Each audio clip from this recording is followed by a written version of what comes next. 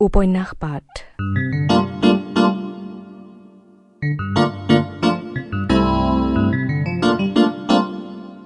এই অনুষ্ঠানত প্ৰচাৰ হৈ আছে ডক্টৰ অনুজ বৰুৱা ৰচিত উপন্যাস মহা অৰণ্যৰ ধাৰাবাহিক পাঠ।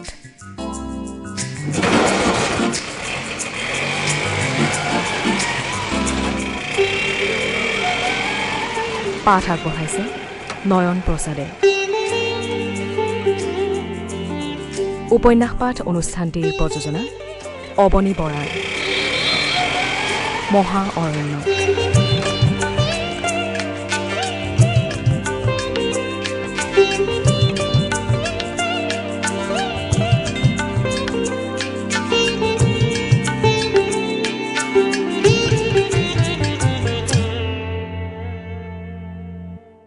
অবিনাশে ভৰি দুখন দীঘলকৈ মেলি চকীত আৰামকৈ আউজি বহি হাত দুখনেৰে পিছফালৰ পৰা মূৰটো পোনকৈ ধৰি ৰাখি ডক্টৰ চলিহাৰ কথাবোৰ শুনি আছিল।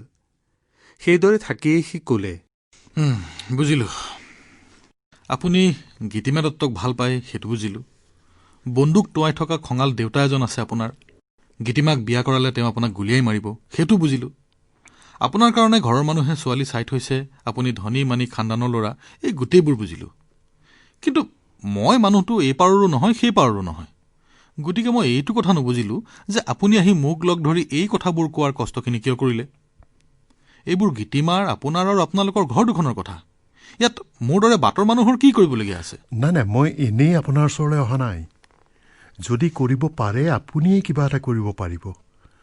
গীতিক কথাবোৰ আপুনিয়ে ভালকৈ বুজাব পাৰিব। মই তাইৰ মুখামুখি হ'ব নোৱাৰিম।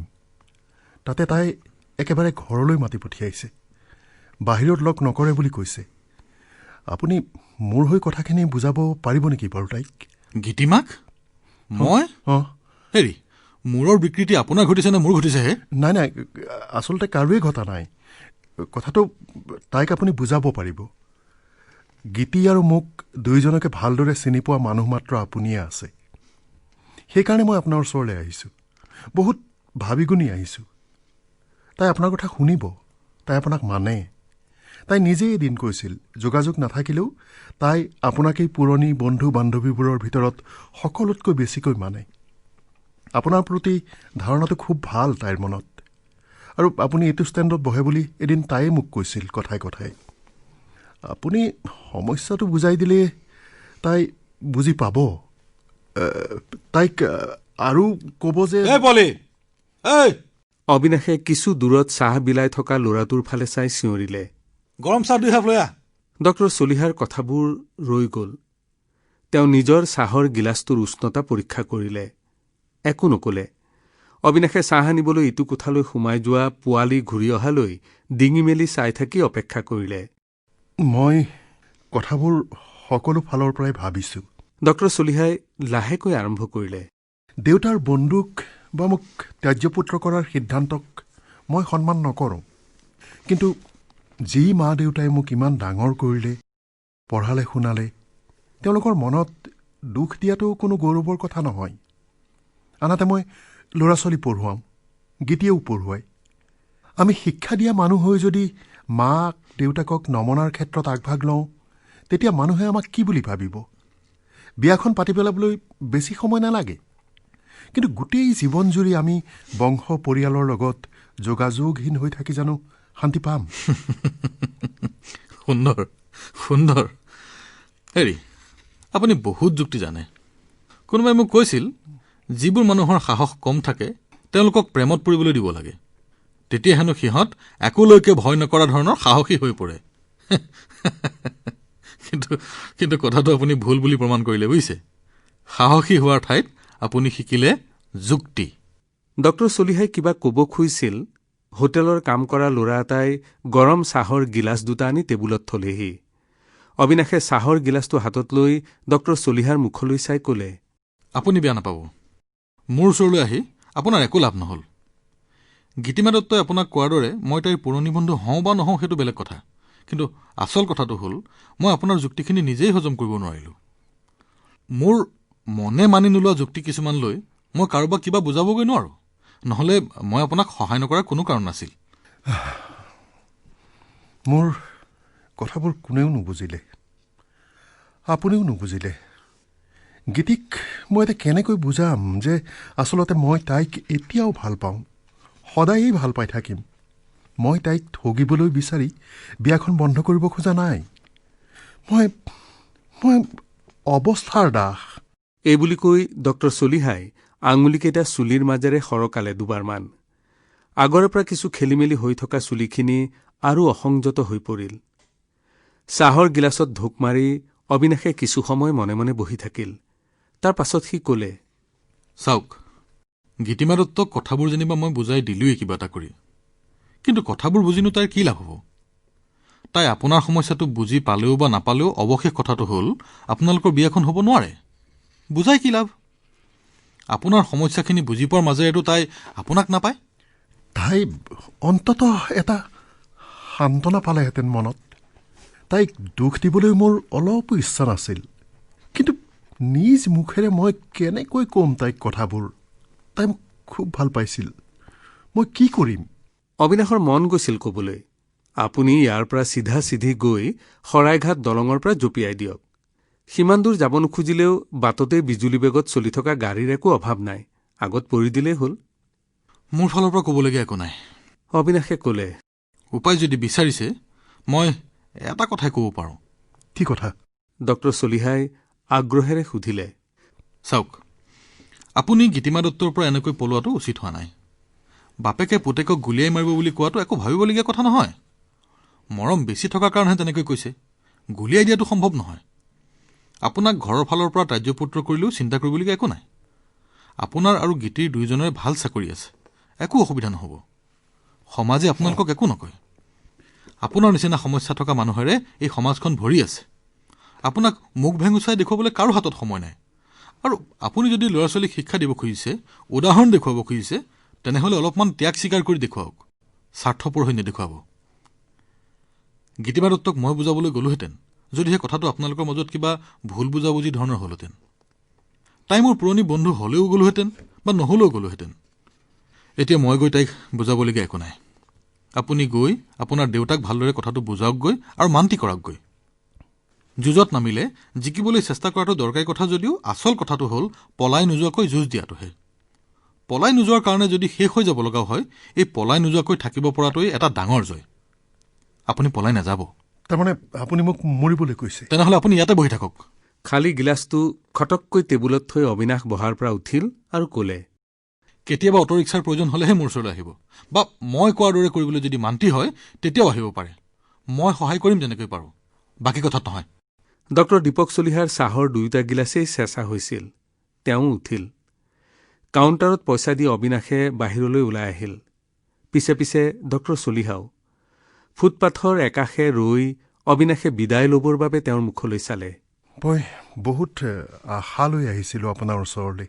ডক্টৰ চলিহাই কিছু হতাশ হোৱাৰ সুৰত কলে, মোক এই বিপদটোত সহায় কৰিবলৈ কোনো মানুহ নাই। মোৰ বন্ধুবোৰে মোক সহায় নকৰিলে। আপুনিও গীতিৰ বন্ধু হোৱা বাবেই হয়তো আপোনাৰ খং উঠিছে মোৰ ওপৰত, কিন্তু বিশ্বাস কৰক, মই গীতিক ঠগাব খোজা নাই। মই তাইক সঁচাকৈয়ে ভাল পাওঁ। এয়া মোৰ জীৱনৰ প্ৰথম ভালপোৱা আছিল। দেউতাই ইমান গোড়া আৰু আকৰগোজ নোহোৱা হ'লে মই কেতিয়াও মোৰ কথাৰ পৰা লৰচৰ নহ'লোহেঁতেন। কি কৰিম, মোৰ ভাগ্যখনেই এনেকুৱা, উপায় নাই। গীতিক মই নিজেই লগ ধৰিব লাগিব, যি হয় হ'ব। আপুনি তাইক লগ কৰা উচিত। আপুনি আপোনাৰ দেউতাকো বুজাবলৈ চেষ্টা কৰা উচিত। দেউতাইতো জীয়াই থকাৰ ভিতৰত কেতিয়াও মানি নল'ব কথাটো। মই দেউতাক জানো। এতিয়া গীতিয়েও মোক ভুল নুবুজিলেই ৰক্ষা। তাই হয়তো আপোনাক শুদ্ধকৈ বুজিব। মইহে আচলতে কথাবোৰ অলপমান বুজি নাপালোঁ। আপোনাক গীতিয়ে শুদ্ধকৈ বুজা মানেনো কি বা ভুলকৈ বুজা মানেনো কি, মই আকৌ এবাৰ ভাবি চাব লাগিব। তেতিয়াহে যদি কিবা অলপ বুজি পাওঁ। বুজিনো কি কৰিম, নুবুজিনো কি কৰিম। আপুনি একেবাৰে কামত নহা মানুহক লগ ধৰিলেহি। আহক, মোৰ এঠাইলৈ যাব লগা আছে। ডক্টৰ চলিহাৰ পৰা বিদায় লৈ কেইখোজমান যোৱাৰ পাছত অবিনাশে এবাৰ পিছফালে ঘূৰি চালে। অবিনষ্ট ডক্টৰ চলিহাই দীঘল দীঘলকৈ বিপৰীত দিশলৈ আগবঢ়োৱা খোজকেইটা সি কেইবাবাৰো ঘূৰি ঘূৰি চাইছিল। গীতিমা দত্তই তেনেহলে বিচাৰি বিচাৰি যোগ্য হিচাপে এইজন মানুহকে পাইছিলগৈ।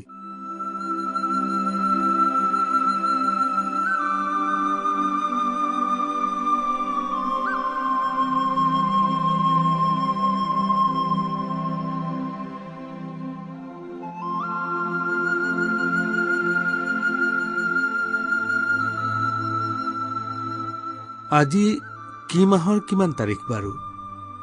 শীতৰ দিনবোৰ তেনেহলে আকৌ আহিল। ছয়াময়া কুঁৱলী ভৰা সন্ধিয়া আৰু ৰাতিপুৱাবোৰ। ফিৰফিৰিয়া চেঁচা বতাহজাকে অবিনাশৰ মনটো কেনেবা কৰি থৈ গল। সি সন্ধিয়া সময়ত ঘৰৰ পৰা অটোৰিক্সাখন লৈ ওলাই আহিছিল। ছয়াময়া কুঁৱলী দেখিলে, ঠাণ্ডা বতাহজাক আহি গাত বিন্ধিলে অবিনাশৰ গাত এটা পিৰপিৰণি উঠে। বতাহজাকৰ বিপৰীতে ছন্দোবদ্ধ গতিত লাহে লাহে দৌৰি গৈ থাকিবৰ মন যায়। কেইবাবছৰো হল অবিনাশে সেইদৰে ৰাতিপুৱা কুঁৱলী ফালি দৌৰা নাই। এৰা শীতৰ দিনবোৰ আকৌ ঘূৰি আহিল। চকুৰ আগতেই পৰিৱৰ্তনবোৰ হৈ গৈ থাকে, মনহে কৰা নাযায়। বহুত আগৰ দিন এটাৰ অৱস্থাৰ লগত বৰ্তমানৰ তুলনা কৰিলেহে কিছুমান কথা ধৰা পৰে। অবিনাশহঁতৰ ষ্টেণ্ডটোত বহুত ঘটনা ঘটি গল। একোটা নতুন খবৰ আহি কালিলৈকে নতুন হৈ থকা আগৰ খবৰটো পুৰণি কৰি পেলায়। একেবাৰে শেষৰ খবৰটোহে গৰম খবৰ হৈ থাকে। পিণ্টুৰ কথা ষ্টেণ্ডৰ মানুহবোৰে পাহৰি পেলোৱা নাই যদিও ষ্টেণ্ডলৈ আহিলেই তাৰ কথা মনত পৰি যোৱা ধৰণৰ দিনবোৰ পুৰণি হল। সি অটোৰিক্সা এখনত বহি তলমূৰকৈ একমনে চিগাৰেট এটাৰ পৰা মোহাৰি ধপাতবোৰ উলিয়াই তাৰ ঠাইত ভাং ভৰাই থকা দৃশ্যটো ভাবিলেহে মনত পৰা হল। মদৰ বটলৰ মুখেৰে জন্ম বুলি কৈ গৌৰৱ কৰা ল'ৰাটোক মদেই হজম কৰি থলে। পুৱতি নিশা খানাপাৰাৰ ফালৰ পৰা অকলে আহি থাকোঁতে পিণ্টুৰ অটোৰিক্সাখন এখন তীব্ৰগতিত গৈ থকা ট্ৰাকৰ লগত মুখামুখিকৈ খুন্দা খাই যোৱাটো বাকী মানুহৰ কাৰণে এটা এক্সিডেণ্ট। কিন্তু এইটো ষ্টেণ্ডৰ প্ৰত্যেকেই বুজি পাইছিল এয়া আত্মহত্যা। অটোৰিক্সা, পিণ্টু, তাৰ ভাঙৰ গোন্ধ লাগি থকা কাপোৰযোৰ সকলো একাকাৰ হৈ গৈছিল। হাঁহি মুখৰ আৰু বেছিকৈ কথা কোৱা এই অভিমানী আৰু আৱেগিক ল'ৰাটো তাৰ টিবি ধৰা পৰোঁতে বাকীবোৰ বৰ আচৰিত হোৱা নাছিল। কিন্তু পাছলৈ ক্ৰমে শুকাই অহা তাৰ মুখখনলৈ চাই সিহঁতে আতংকিত হৈ পৰিছিল। তাক ভাল চিকিৎসা আৰু আৰামৰ প্ৰয়োজন বুলি বাৰে বাৰে সকীয়াই দিছিল। তাৰ মুখৰ হাঁহিটো তেতিয়াও গুচা নাছিল। পিছে সি সৰুৰে পৰা যাৰ লগত আছিল সেই মাহীয়েকেই যেতিয়া প্ৰায় খেদাই দিয়াৰ দৰেই তাক ঘৰৰ পৰা উলিয়াই পঠিয়ালে, তেতিয়াৰ পৰা তাৰ শুকান মুখখনৰ পৰা হাঁহিটোও প্ৰায় আঁতৰি গৈছিল। গান্ধী বস্তিৰ ফালে পিণ্টুৱে কোঠা এটা ভাড়ালৈ লৈছিল যদিও তাৰ খোৱা বোৱা একেবাৰে অনিয়মীয়া হৈ পৰিছিল। এটোপাও মদ নাখাবলৈ ডাক্তৰে বাৰে বাৰে কোৱা সত্ত্বেও সি মদ খোৱা বঢ়াইহে দিছিল। তাৰ অটোৰিক্সাৰ মালিকে তাক সেইখন মাত্ৰ দিনৰ ভাগতহে চলোৱাৰ বন্দবস্তিত দিছিল আৰু ভালকৈ নচলালে দিনৰ ভাগতো চলাবলৈ নিদিব বুলি সকীয়াই দিছিল। সেইখন অটোৰিক্সা পিণ্টুৱে যোৱা ৩ বছৰে দিনে ৰাতিয়ে নিজৰ লগত ৰাখিছিল। মাজতে ২-এদিন সি দিনতে মদ খাই ষ্টেণ্ডতে চিঞৰি চিঞৰি সকলোকে কৈছিল, আবে মোৰ টিভি হৈছে কাৰণে ভয় খাইছো বুলি ভাবিছ নেকি? মৰিবলৈ মোৰ কোনো ডৰ নাই, লেকিন মোৰ লগত ইমান বেইমানি। বাচ্চা হৈ থকাৰ পৰা এইখন ঘৰতে আছো। সেই মাহীক মা বুলি মানিছো, মাহীৰ ল'ৰা ছোৱালীক নিজৰ ভাই ভনী বুলি মানিছো। সেই মাহীয়ে মোক ঘৰৰ পৰা ওলাই যাবলৈ ক'লে। আৰু মোৰ গাড়ীৰ মালিক, সি মোক ৰাতি চলাবলৈ নিদিয়ে। মোৰ নিচিনাকৈ চলাব পৰা কেইটা অটো আছে গুৱাহাটীত? এইখন অটো মই ইমান দিনে লগত ৰাখিছিলোঁ, এইখনৰ ওপৰত খাইছিলোঁ, হৈছিলোঁ। এতিয়া মই বেয়া হৈ গ'লো। তহঁতে মালিকক কৈ দিবি মই যিমানেই মদ খাওঁ সিমানেই ভালকৈ চলাব পাৰোঁ। চালা কুকুৰে এইখন অটো আনক চলাবলৈ দিব, তাৰ আশা পূৰণ নহ'ব। কি ভাবিছাহি? পুৱতি নিশাৰ ঘটনাটো 10মান বজালৈ জনাজনি হৈ গৈছিল। দিনটোৰ বাকী সময়ছোৱা অবিনাশহঁতৰ আৰু কাষৰ 2-এটা ষ্টেণ্ডৰ অটোৰিক্সাবোৰ বন্ধ আছিল। এজন অটোৰিক্সা চালকৰ অকাল মৃত্যুত সমবেদনা জ্ঞাপন কৰি ডাক্তৰে পোষ্টমৰ্টেমৰ ৰিপৰ্ট দিছিল পিণ্টুৰ পেটত সাংঘাতিক পৰিমাণে মদ পোৱা গৈছে। মাত্ৰ অভিমানতে এনেকুৱা কাম কৰি পেলালে পিণ্টুৱে। ষ্টেণ্ডৰ সকলোৱেই শোকত ভাগি পৰিছিল। কিন্তু একেবাৰে মুখৰ মাত বন্ধ হৈ গৈছিল কিশোৰৰ। পিণ্টু মৰাৰ পিছদিনা সন্ধিয়া ৰাণীবাইৰ চোতালখনত ষ্টেণ্ডৰ সকলোবোৰ গোট খাইছিল। নিজৰ নিজৰ দোকান বন্ধ কৰি প্ৰীতিমোহন আৰু ৰাজকমলো আহিছিল, জয়দেৱো আহিছিল। সেইদিনা কোনেও মদ খোৱা নাছিল কিশোৰৰ বাদে। তাক কোনেও একো কামতে বাধা দিয়া নাছিল। ৰাণীবাইৰ পৰা ৫-৬টামান মদৰ বটল চোতালত উলিয়াই লৈ কিশোৰে বটলৰ মুখেৰে কুটকুটকৈ এটা বটল শেষ কৰি লৈ তাৰ পাছত 2টা ভৰ্তি বটল দুহাতে লৈ আকাশৰ ফালে চাই ভাওনা কৰাৰ দৰে চিঞৰি চিঞৰি কৈছিল, পিণ্টু ভাই, এয়া তই কি কৰিলি পিণ্টু ভাই? এয়া মই কিশোৰ। তই ক'ত আছ? তই ক'ত আছ তাৰ পৰাই চাই ল। এয়া ল, এয়া তোৰ নামত পিণ্টু ভাই। কিশোৰৰ মাতটো লাগি ধৰিছিল। সি বটল দুটাৰ পৰা আচাৰি আচাৰি চোতালখনত মদবোৰ বাকি দিছিল আৰু 2টা বটল লৈ ঢল ঢলকৈ মদ নিজৰ মূৰত ঢালি দিছিল আৰু মাজে মাজে চিঞৰি উঠিছিল, পিণ্টু ভাই, এয়া মই কিশোৰ। পিণ্টু ভাই, এয়া তোৰ নামত, তই চাই থাক মোক। দৃশ্যটোৱে ৰিয়াজ আৰু 2টামানৰ চকু পানী উলিয়াই দিছিল। 2-এটা একেবাৰে থৰ লাগি গৈছিল। কিছু শব্দ কৰি কান্দিছিল প্ৰফেচাৰে। গোটেই চোতালখন মদৰ গোন্ধেৰে ভৰি গৈছিল।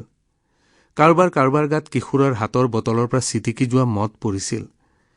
কিশোৰক বুজাবলৈ কাৰো ভাষা নাছিল। জয়দেৱে তাক লাহে লাহে পিঠিত থপৰিয়াই কাষত বহুৱাই লৈছিল। জয়দেৱৰ আঁঠু এটাত কপালখন থৈ কিশোৰে কান্দোনত ভাগি পৰা মাতেৰে কৈছিল, গুৰুদেৱ, পিণ্টু ভাইয়ে মোক ঠগিলে। পিণ্টুৱে মোক খুলি নকলে, পলাই গল। মই চব ঠিক কৰি দিলোহেঁতেন। পিণ্টুৱে মোক খুলি নকলে। তাৰ পাছত কেইবাদিনলৈ কিশোৰে কাৰো লগত বিশেষ কথা বতৰা নপতাকৈ ষ্টেণ্ডত ৰাতিপুৱাৰ পৰা গধূলিলৈ মন মাৰি বহি থাকিছিল। সেইটো কিশোৰ নিজে এদিন হেৰাই থাকিল। কিশোৰৰ কিবা বেমাৰ হোৱাৰ কথাটো অবিনাশ আৰু 2-এটাই ঘুনুক ঘানাককৈ শুনিছিল। পাছত গম পাইছিল কিশোৰৰ গৰ্মি আৰু তেনেকুৱা আৰু কিবা এটা হৈছে। মাজতে 2দিনমানৰ কাৰণে তাৰ দেখা দেখি নাছিল।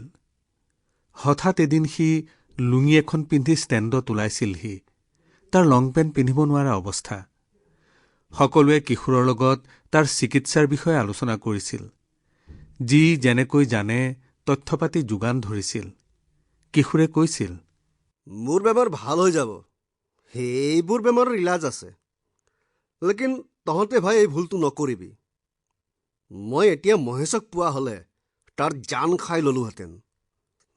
তহঁতে চিন্তা নকৰিবি, মই ভাল হৈ যাম।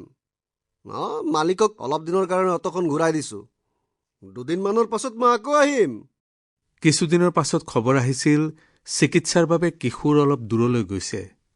তাৰ পাছত একো খা খবৰ নাই।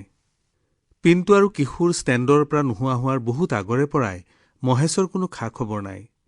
সি আজিকালি গুৱাহাটীত থাকে নে নাথাকে সেইটো কথাটো কোনো নিশ্চিত নহয়।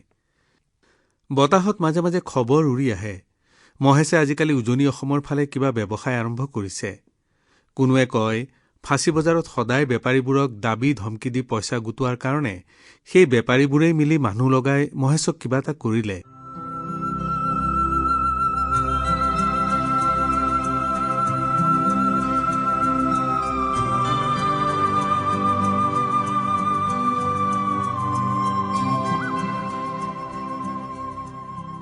উপন্যাস পাঠ অনুষ্ঠানত ইমান পৰে শ্ৰোতাসকলে ডক্টৰ অনুজ বৰুৱাৰ উপন্যাস মহা অৰণ্যৰ ৭বিংশ খণ্ডটি শুনিলে।